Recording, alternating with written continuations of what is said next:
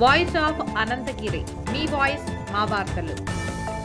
వ్యక్తిని నేను కాబట్టి ఈ బాధ్యత నేను తీసుకుంటున్నా కాబట్టి నేను వికారాబాద్లో ఉంటా. అమ్మాయి కూడా మచ్చలేనటువంటి రాజకీయం ఉంది కాబట్టి తండ్రి పేరు మీద డబ్బులు వస్తాయి. తండ్రి పేరు మీద ఎట్లా వస్తాయి తెలుసా? గవర్నమెంట్లో మనం ఉన్న క్యాబినెట్ మంత్రులన్నా మొత్తం మంత్రులంతా సార్కు చెప్పినట్టే వినేవాళ్ళు కాబట్టి ఎన్ని ఇండ్లు కావాలన్నా ఎన్ని డబ్బులు కావాలన్నా మా అన్నతో ప్రసాద్ అన్నతో ఇప్పించే పార్టీ మనది. కాబట్టి మీరు దయచేసి ఏదైతే 11వ తారీఖు నాడు చాలా పెద్ద ఎత్తున అక్కడికి వచ్చి మీరు ఏదైతే స్కూల్ కాడికి వచ్చి ఓటు వేయాలని మీకు అందరూ కోరుకుంటూ, ఎవరు కూడా మనము కొట్టడానికి సిద్ధం లేము. మనం ఎవరి దగ్గరికి పోవద్దు, మన దగ్గరకు వస్తే మనం ఊకోవద్దు అని చెప్పి నేను మీ సభాముఖంగా చెప్తూ, వాళ్ళు కూడా పరితపిస్తారో, మనకి కష్టం వచ్చినప్పుడు మనకి నష్టం వచ్చినప్పుడు ఎవరైతే చేదోడు వాదోడుగా ఉంటారో వాళ్ళనే ఎన్నుకోవాల్సినటువంటి అవసరం ఈ ఎన్నికల్లో ఉంటుంది. ఎమ్మెల్యేకి ఓటేసినాం, ఎంపీకి ఓటేసినాం.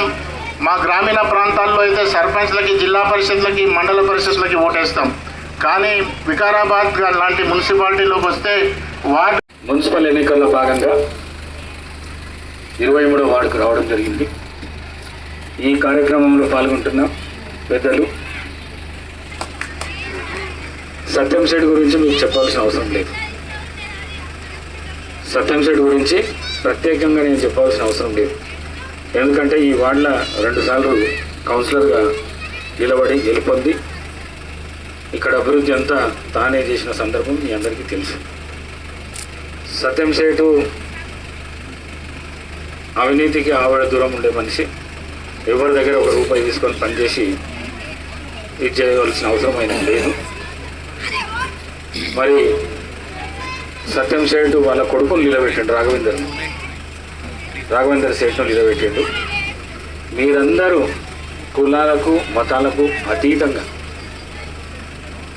ఓటు 11వ తారీఖు 2వ నంబర్ చేయి గుర్తుకు రాఘవేందర్ శెట్టికు ఓటేసి గెలిపిస్తే మా బిడ్డ అనన్య ఈ మున్సిపల్కు చైర్మన్ గానికి అవకాశం ఉంటుంది. ఏర్పాటు చేసి ఇది నా కులము, ఇది నా మతము, నేను వాళ్ళకు ఓటేస్తా అంటే ఆ ఓటు చాలా నష్టం జరుగుతుంది. ఆ ఓటుతో ఎందుకు నష్టం జరుగుతుందంటే ఈ రాష్ట్రంలో కాంగ్రెస్ పార్టీ అధికారంలో ఉన్నది.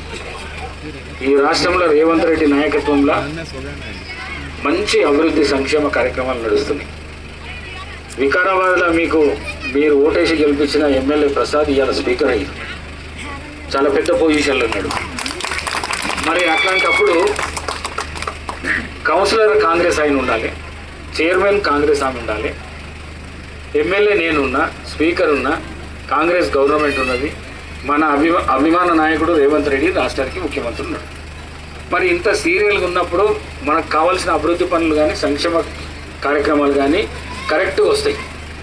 అదే మనం ఈ ఓటును వేరే పార్టీ వ్యక్తులకు వేస్తే అది మీకు నష్టం జరుగుతుంది. అది బాగా గ్రహించండి. మీరు తప్పకుండా ఆ విధంగా వేసే ప్రయత్నం చేయండి. సత్యం శెట్టిని వేసి గెలిపిస్తే ఆయన ఎంబడి నేనున్నా, ఆయన కొడుకు ఎంబడి నేనున్నా, వాళ్ళ కుటుంబం ఎంబడి నేనున్నా.